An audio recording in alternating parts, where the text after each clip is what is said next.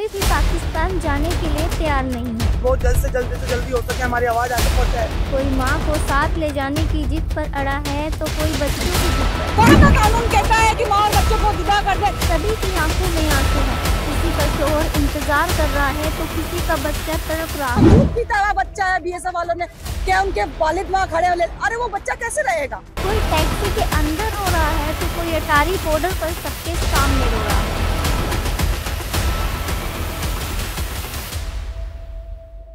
मैं हूँ आपके साथ नैना, आप देख रहे रिपोर्टर भारत। हमारे चैनल को ज्यादा से ज्यादा लाइक, शेयर, सब्सक्राइब करें और हाँ, बेल आइकन को दबाना बिल्कुल ना भूलें। अमृतसर के अटारी बॉर्डर पर उस समय बवाल हो गया जब बीएसएफ ने कुछ महिलाओं को पाकिस्तान जाने से रोक दिया।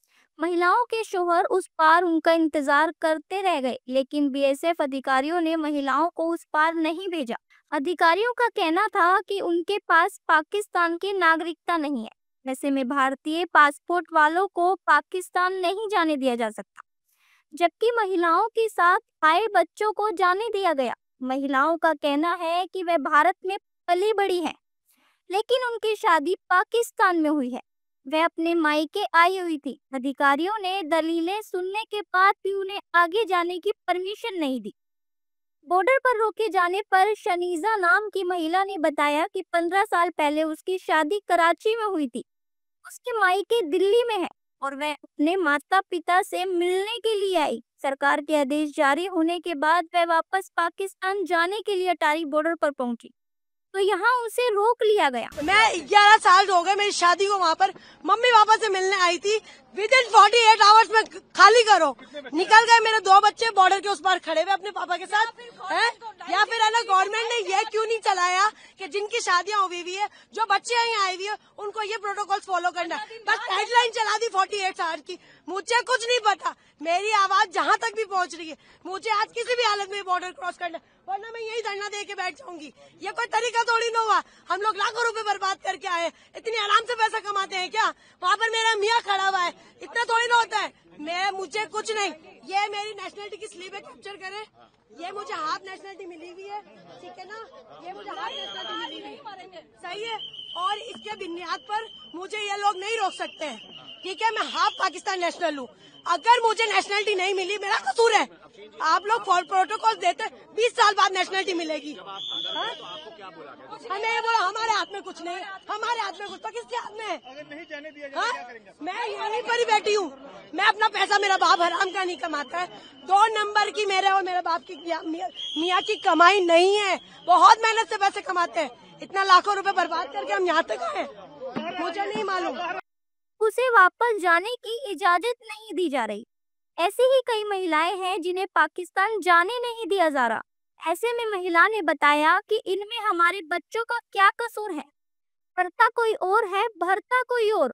कौन का कानून कहता है कि माँ और बच्चों को जुदा कर दे? करता कोई और है, भरता कोई और है।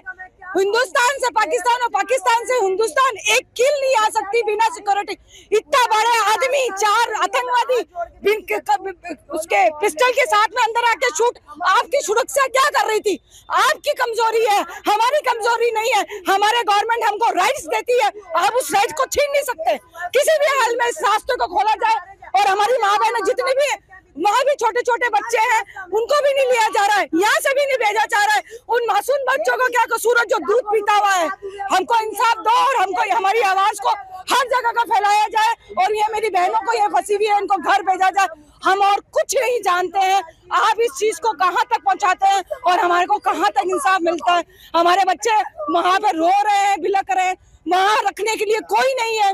कहाँ रहेंगे बच्चे, छोटे बच्चे? अटारी बॉर्डर पर जब आप गए तो क्या कुछ हुआ वहाँ पर? अटारी बॉर्डर पर यह हुआ, उन्होंने हमारी बात नहीं सुनी, सिर्फ ब्लू पासपोर्ट देखा, उसके अलावा उन्होंने कुछ नहीं देखा। पाकिस्तान की ओर से रोका गया आपको? नहीं, हिंदुस्तान की ओर से रोका गया। पाकिस्तान कह रहे हैं कि हम एक्सेप्ट कर लेंगे, वो नहीं एक्सेप्ट करने दे रहे हैं। जैसे केस जो है पाकिस्तान में, ऐसी महिला है जो भारत की जो, हाँ, यहाँ नहीं रोका जा रहा है। ये वो कह रहे हैं हम लेंगे नहीं, ग्रीन पासपोर्ट नहीं लेंगे और ब्लू पासपोर्ट नहीं देंगे।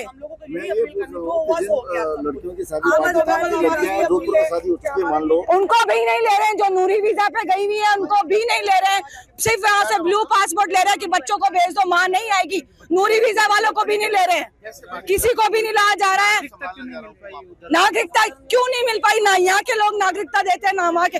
इनको 20 साल हो गए, उसको 11 साल हो गए, मेरी भाभी आई हुई 11 साल हो गए, नागरिकता नहीं दी जा रही है। इसमें हमारा क्या कसूर है? पाकिस्तान में नागरिकता के नियमानुसार आपने नागरिकता क्यों नहीं ली वहाँ? पाकिस्तान में स्लिप जमा की हुई है, उन्होंने भी नागरिकता नहीं दी।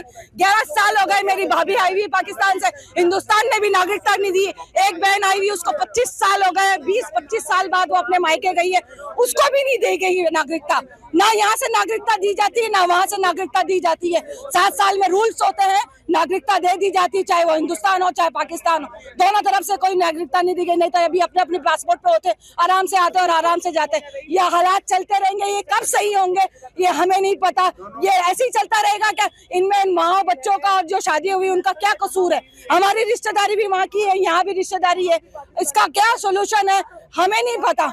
लेकिन फिलहाल हम ये जानते हैं, अभी जो फंसी हुई माएँ, इनको इधर भी भेजो, उनको इधर भेजो, अपने बच्चों से अपने परिवारों से मिलवाओ। थारी बॉर्डर पे जैसे ही हमने एंट्री करी, एक 4 माएँ रो रही थी, उन्होंने अपने बच्चों को 1.5 साल बच्चों को बीएसएफ वालों ने अंदर ले लिया ग्रीन पासपोर्ट देके, और जो उनकी माएँ थी ब्लू पासपोर्ट की, उनको उन्होंने साइड में कर दिया कि आप नहीं जा सकती। जब हम पहुंचे हमारे साथ भी यही सलूक हुआ गया कि उनको साइड में कर दिया, ब्लू पासपोर्ट है नहीं जाएंगे। इंसानियत कहाँ के है? मेरे पास था ब्लू पासपोर्ट, सिर्फ ग्रीन पासपोर्ट की एंट्री थी वहाँ अंदर। मेरी 2 बच्चियाँ बहुत रोते हुए गई है अंदर।